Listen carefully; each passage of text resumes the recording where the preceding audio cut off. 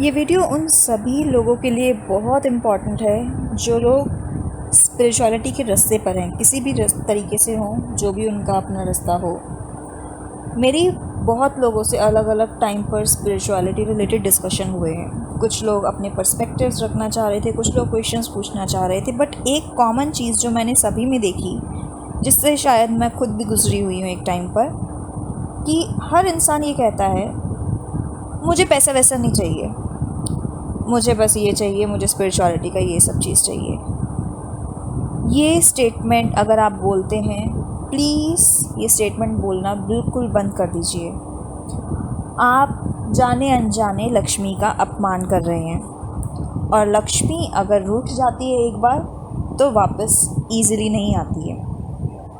ये मैंने जितने लोगों को मैं बोल सकती थी मैंने बोला। अब मैं इस वीडियो के थ्रू जितने लोगों तक पहुंचा पा रही हूँ, पहुंचाने की कोशिश कर रही हूँ। आप आगे जिन भी लोगों से बात करें, आप और कुछ कंटेंट इस चैनल का पहुंचाएं ना पहुंचाएं, बट एटलीस्ट अगर आप किसी को भी देखें कि वो इस तरीके से बोलता है मुझे पैसा वैसा नहीं चाहिए, मुझे तो बस आध्यात्मिक जगत चाहिए वगैरह वगैरह, मनोहर कहानी, राम मनोहर कहानियाँ बोलता जाता है, तो प्लीज़ उससे रोकिए, ये गलती ना करें। ये चीज़ हमारी सोसाइटी में एम्बेड की गई है कि अगर आप धन के पीछे भागते हैं, आप अगर लक्ष्मी के पीछे भागते हैं, तो आप आध्यात्म में नहीं जा सकते हैं। मैं आपको थोड़ा सा हिस्ट्री में लेके जाती हूँ, जो कि हमारी भारतीय इतिहास है।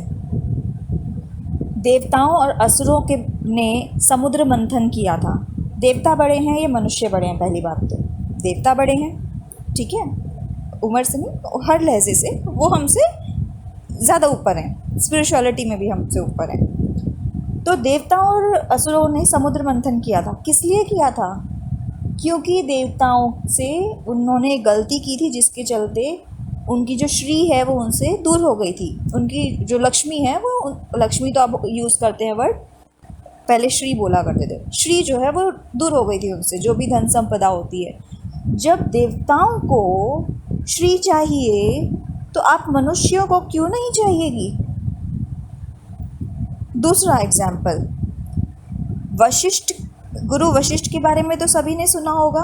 गुरु वशिष्ठ की एक सिचुएशन हुई थी उनके अराउंड, जिसके चलते विश्वामित्र, जो एक क्षत्रिय था, जो एक राजा था, उसने अपना राजधर्म छोड़कर एक ब्राह्मण बनना, उसने तपस्या करना शुरू किया था। रीज़न क्या था? जो गुरु वशिष्ठ थे उनके पास कामधेनु थी। कामधेनु क्या करती है? वो गाय होती है जो हर इच्छा पूरी करती है, किसी भी तरह की धन संपदा दे सकती है। जब गुरु वशिष्ठ ने, आज के टाइम पे हमें क्या सिखाया जाएगा? अगर आप सन्यासी तो छोड़ो, अगर आप अध्यात्म के रास्ते पर हैं, अगर आप क्या करोगे कामधेनु को अपने पास रखकर? कर दो दान। क्यों भैया? जब गुरु वशिष्ठ ने नहीं छोड़ा तो आप कौन है? आप तो कलयुग के मानव है, वो तो सतयुग के, त्रेता के तो थे, आई थिंक सतयुग के टाइम के थे। सॉरी, मैं थोड़ा टाइमलाइन में कंफ्यूज हूँ इस वक्त। जब उन्होंने अपने कामधेनु को नहीं छोड़ा, उस आशीर्वाद को नहीं छोड़ा जो उन पर था, हमें क्यों सिखाया जा रहा है हमारे ऊपर, अगर हमारे ऊपर लक्ष्मी की कृपा है, हमारे ऊपर धन संपदा, अगर भगवान ईश्वर जिसे भी आप मानते हैं, वो अगर हमारे ऊपर धन संपदा बरसा रहा है, हमें क्यों सिखाया जाता है कि हमें उसे छोड़ देना चाहिए? नहीं छोड़ना है, पकड़े भी नहीं रखना है, बट छोड़ना भी नहीं। पकड़े का मतलब ये होता है कि आप उसके चलते और कुछ सोचे ही ना। इट्स नॉट कि आप उसके बारे में ना सोचिए, सोचना पड़ेगा भाई। आप जो भी कुछ खाओगे पियोगे, आपका जो जीवन यापन है उसी के चलते तो होगा। और ये इट्स नॉट जस्ट अबाउट रोटी कपड़ा मकान, बहुत से एस्पेक्ट्स होते हैं लाइफ के।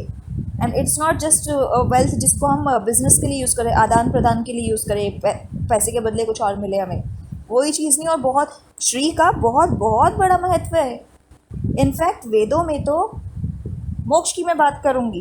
एक क्वेश्चन उठा था जिसके चलते मैंने डिस्कशन हुआ था पिछली वीडियो में कमेंट्स में, उसका मैंने स्क्रीनशॉट टेलीग्राम ग्रुप पर भी डाला था।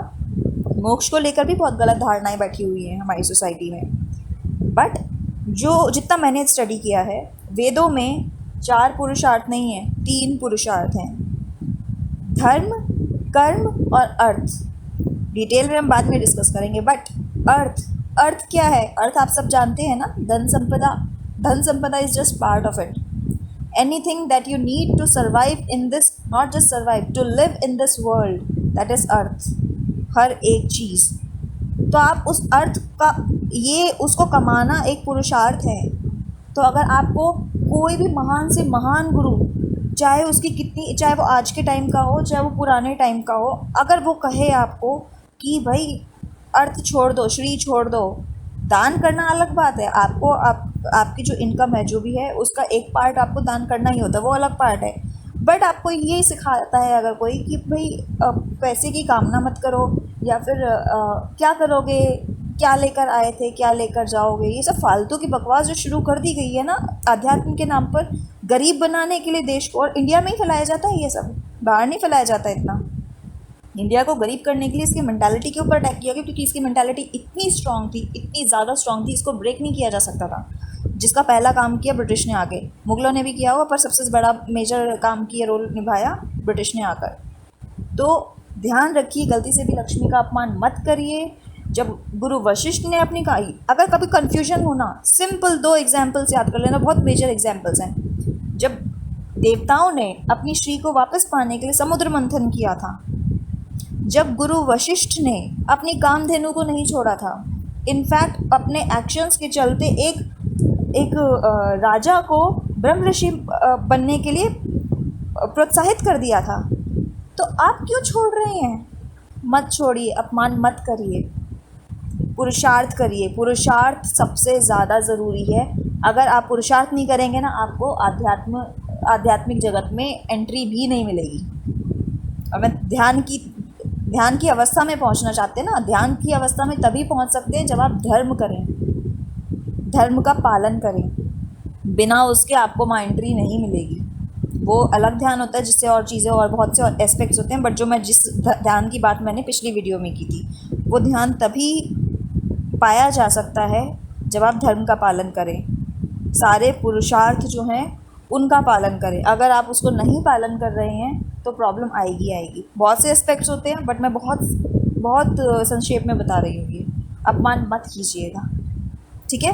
जो भी आप काम करते हैं, आप जॉब करते हैं, आपका बिजनेस है या कुछ भी, जो भी आपका है, जिस भी वे में, ये थॉट अपने दिमाग से निकाल फेंकिए कि मुझे पैसा नहीं चाहिए। जो काम बनता है, जो इस दुनिया में आने के बाद काम करना बनता है, और उसके बदले आपको जो भी इनकम होती है, आपको पैसा रुपया जो भी मिलता है, वो उसको प्राप्त करना आपका सबसे बड़ा अधिकार है। और उस अधिकार के लिए अगर ज़रूरत पड़ने पर लड़ाई भी करनी पड़े तो करिए। ये नहीं कि चलो छोड़ दो, क्या फ़र्क पड़ता है, पैसा क्या फालतू की चीज़ें हमारे दिमाग में भर दी गई हैं कि क्या लेकर आए थे, क्या लेकर जाओगे। Rubbish, totally rubbish. खुद तो वो पैसों के भंडार लगा के बैठे हुए हैं अपने पॉकेट के अंदर, और देश को गरीब करने में लगे हुए हैं। ये इट्स नॉट स्पिरिचुअलिटी, ये देश के अगेंस्ट एजेंडा है, समझिए। अब तो लोग बहुत ज़्यादा एक्टिव होने लगे, समझने लगे बहुत सी चीज़ों को। This is one of that agenda, ठीक है? Okay, thank you.